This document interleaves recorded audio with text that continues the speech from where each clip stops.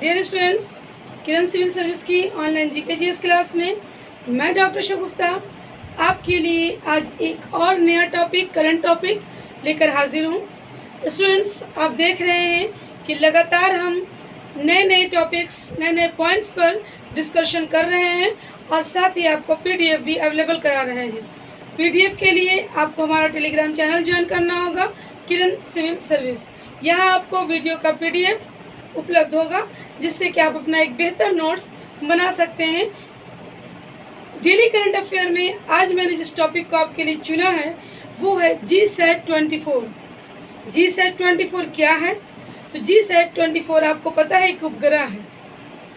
अब बात आती है कि आज मैंने ये टॉपिक क्यों आपके लिए लिया, क्योंकि हाल ही में ये GSAT-24 उपग्रह का सफलतापूर्वक लॉन्च किया गया है। तो हम लोग आज इसी पर चर्चा करेंगे कि इसे लॉन्च किसने किया, किसने तैयार किया, इसकी क्या यूजेस होंगे और इसका क्या भार होगा और किसके अंतर्गत इसे लॉन्च किया गया। इन सारे मुद्दों पर, इन सारे टॉपिक्स पर हम आज आपके साथ एक डिस्कशन करते हैं। तो सबसे पहले हम बात करते हैं GSAT-24 की। तो ये हाल ही में न्यू स्पेस इंडिया लिमिटेड, जो कि NSIL के नाम से जाना जाता है, न्यू स्पेस इंडिया लिमिटेड के द्वारा भारतीय अंतरिक्ष अनुसंधान संस्थान इसरो का नाम आप सब जानते हैं। भारत में अंतरिक्ष अनुसंधान का काम इसरो के अंतर्गत ही होता है। तो हाल ही में इसरो के द्वारा निर्मित उपग्रह है।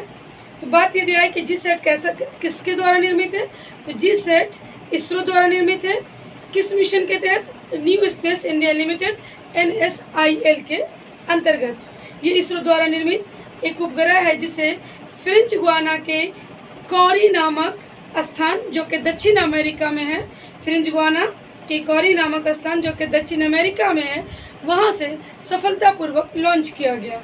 तो बात हुई कि GSAT-24 कहाँ से लॉन्च किया गया, तो फ्रेंच गुयाना के कौरी नामक स्थान से, जो कि दक्षिण अमेरिका में है। GSAT-24 तैयार किसके अंतर्गत हुआ? इसरो के अंतर्गत हुआ। किस मिशन से? तो न्यू स्पेस इंडिया लिमिटेड के मिशन के अंतर्गत। तो ये तो बात हो गई GSAT उपग्रह के लॉन्च और निर्माण की।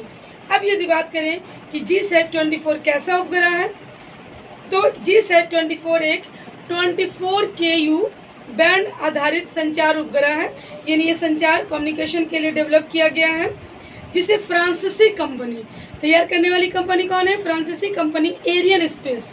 फ्रांसीसी कंपनी है जिसका नाम है एरियन स्पेस, और एरियन स्पेस ने एरियन 5 रॉकेट द्वारा इसे भू स्थिर कक्षा में स्थापित किया है।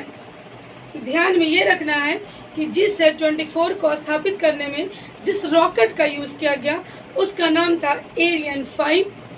जिस कंपनी ने इसे स्थापित किया उसका नाम था एरियन स्पेस, और ये रॉकेट और ये एरियन स्पेस क्राफ्ट ये दोनों फ्रांसीसी कंपनी के द्वारा निर्मित हैं।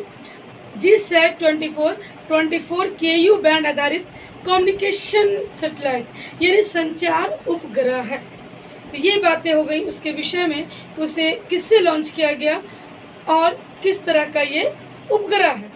अब यदि बात करें कि ये उपग्रह काम क्या करेगा, तो यह उपग्रह डायरेक्ट टू होम, जिसे हम लोग कहते हैं DTH, आप लोग टीवी देखते होंगे, उसमें भी DTH एंटीना का प्रयोग हम लोग करते हैं, जो कि रेस को कैच करके हमारे टीवी में प्रसारण देता है। तो यह उपग्रह डायरेक्ट टू होम यानी कि DTH अनुप्रयोग की ज़रूरतों को पूरा करने के लिए अखिल भारतीय कवरेज के साथ प्रक्षेपित किया गया है। यानी कि DTH सेवा प्रदान करने के लिए डायरेक्ट टू होम हमें सारी संकेतों को संग्रहित करके प्रदर्शन करने के लिए इसे पूरे भारत में इसका प्रसारण होगा। इसे अखिल भारतीय कवरेज के साथ प्रक्षेपित किया गया है, सफलतापूर्वक लॉन्च करके वहां सेटल किया गया। तो अगर क्वेश्चन हो जाए कि GSAT-24 उपग्रह किसको सूचना प्रदान करेगा, तो DTH को। DTH का फुल फॉर्म क्या है? Direct to home. GSAT-24 उपग्रह का क्षेत्र क्या होगा, तो अखिल भारतीय कवरेज यानी पूरे भारत को ये कवर करेगा।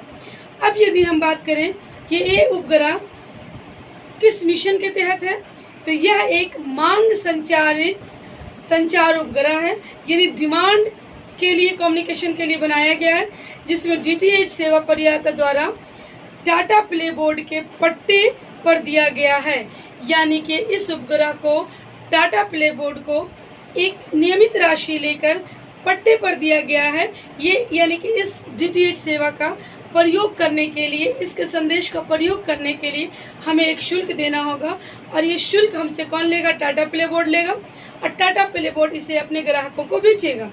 तो DTH से संकेत टाटा प्ले बोर्ड को आएगा। टाटा प्ले बोर्ड ने ये बॉन्ड किया किसके साथ? NSIL के साथ, और अब टाटा प्ले बोर्ड अपने कस्टमर को, अपने ग्राहक को इसको देगा। हम लोग घरों में जो यूज़ करते हैं सेटअप बॉक्स, उसके लिए हम एक पेमेंट पे करते हैं, जिस भी कंपनी का हो उसको।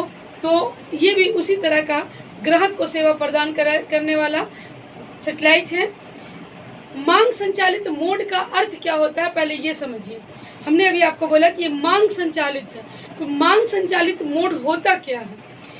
मतलब है कि जब उपग्रह लॉन्च किया जाता है तो पहले से पता होता है कि इसका अंतिम ग्राहक कौन होगा। जैसे हमको पता है कि DTH में अंतिम ग्राहक कौन होगा? अंतिम ग्राहक हम हो सकते हैं, आप हो सकते हैं, क्योंकि लास्ट तो हमको ही सर्विस मिलेगी। तो जिसको लास्ट सर्विस मिल रही है वो अंतिम ग्राहक है। तो जब ये लॉन्च किया जा रहा है तभी पता होता है कि लास्ट में कस्टमर कौन होगा। हम NSIL इसरो के प्रावधान में आया, NSIL ने इसे टाटा प्ले बोर्ड ग्रुप को बेचा, टाटा प्ले बोर्ड ग्रुप इसे पब्लिक सेक्टर में बेचेगा, तो अंतिम ग्राहक कौन होगा? पब्लिक होगा।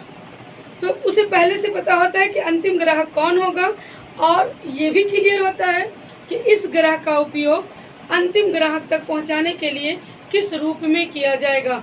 मनोरंजन के लिए किया जाएगा, मौसम विभाग की जानकारी देने के लिए किया जाएगा, या अंतरिक्ष से संबंधित अन्य जानकारी। तो ये पहले से इस तरह के उपग्रह में डिक्लेयर होता है कि इसका प्रयोग कहाँ होगा, किसके पास होगा, और लास्ट कस्टमर इसका कौन होगा, यानी इसका यूज़ कौन करेगा। ये इस तरह के उपग्रह जो मांग आधारित या मांग संचालित मोड के उपग्रह होते हैं, उनकी विशेषता होती है कि उनको पहले से पता है कि उनका अंतिम ग्राहक कौन होगा। अब हम लोग एक नज़र डालते हैं NSIL यानी न्यू स्पेस इंडिया लिमिटेड है क्या, इसे भी देखना ज़रूरी है। तो न्यू स्पेस इंडिया लिमिटेड, इसकी स्थापना 6 मार्च 2019 को अंतरिक्ष विभाग DOS और कंपनी अधिनियम 2013 के प्रशासनिक नियंत्रण के तहत स्थापित किया गया। यानी कि NSIL की स्थापना 6 मार्च 2019 को अंतरिक्ष विभाग DOS और कंपनी अधिनियम 2013 के अंतर्गत किया गया था। तो अगर आपसे प्रश्न पूछ ले कि NSIL की स्थापना कब हुई, तो 6 मार्च 2019 को। NSIL की स्थापना किस कंपनी अधिनियम के तहत हुई, तो कंपनी अधिनियम 2013 के अंतर्गत हुई है। अब यदि बात की जाए कि NSIL क्या है, तो ये भारत सरकार का एक सार्वजनिक क्षेत्र का उपक्रम है, यानी कि भारत सरकार का एक पब्लिक सेक्टर है जिस पर भारत सरकार ने उसे अंतरिक्ष में अनुसंधान करने की अनुमति दे रखी है। अब यहाँ एक और प्रश्न है कि ये इसरो के साथ कैसे जुड़ा है, तो यह इसरो का व्यवसायिक शाखा है, यानी इसरो जो हमारा अंतरिक्ष अनुसंधान संस्थान है उसका कमर्शियल ब्रांच है, व्यवसायिक शाखा है, और उसके तहत ये लोगों को सर्विस देने के बदले उनसे पैसा लेता है। हम लोग नेट यूज़ करते हैं मोबाइल में, उसका हम लोग पे करते हैं। हम लोग टीवी पे प्रोग्राम्स वगैरह देखते हैं तो सेटअप बॉक्स में उसके लिए पे करते हैं। तो इस तरह के जितने भी कार्यक्रम सार्वजनिक क्षेत्र के होते हैं उनके लिए हम लोग एक पेमेंट करते हैं। तो कुछ इसमें से पब्लिकली जब हम लोग यूज़ करते हैं तो कुछ कंपनी के होते हैं, लेकिन साथ ही कुछ ऐसे होते हैं जो गवर्नमेंट के सार्वजनिक सेक्टर से भी आते हैं। तो ये एक गवर्नमेंट का सार्वजनिक सेक्टर के अंतर्गत स्थापित DTH उपग्रह है। अगर बात की जाए इसका मुख्य उद्देश्य, तो भारतीय अंतरिक्ष कार्यक्रमों जो भारत का स्पेस प्रोग्राम्स है उसके उद्योग की भागीदारी बढ़ाना, यानी उसमें भारतीय अंतरिक्ष का जो भी कार्यक्रम चल रहा है अनुसंधान का, उसको इंडस्ट्रियलाइजेशन की ओर ले जाना, उससे से ज़्यादा आमदनी के सोर्स बनाना, ये इसका मुख्य उद्देश्य है। तो हम कह सकते हैं कि इसका मुख्य उद्देश्य है भारतीय अंतरिक्ष अनुसंधान कार्यक्रमों में इंडस्ट्री को, उद्योग को सम्मिलित करना। तो ये कुछ महत्वपूर्ण बिंदु थे GSAT 24 के अंतर्गत। लेकिन अब बारी है कल जो मैंने प्रश्न दिया था उसकी।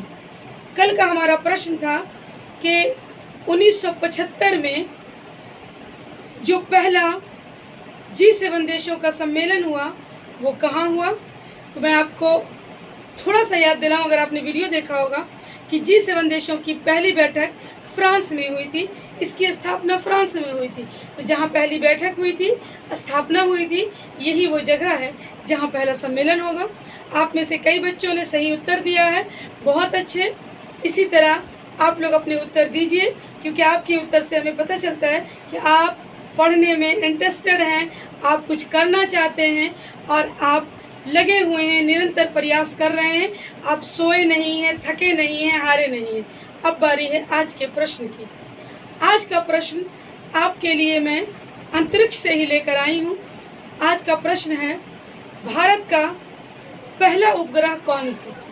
यानी भारत के द्वारा स्थापित पहला उपग्रह कौन था? कमेंट करके हमें उत्तर दीजिए, भारत का पहला उपग्रह कौन था? आपके उत्तर कमेंट बॉक्स में आते हैं तो हमें बहुत अच्छा लगता है और हमारा उत्तर कल के वीडियो में आपके साथ मैं साझा कर दूंगी। तो स्टूडेंट्स, आज के लिए इतना ही। Bye bye. प्रश्न एक बार, भारत का पहला उपग्रह कौन था?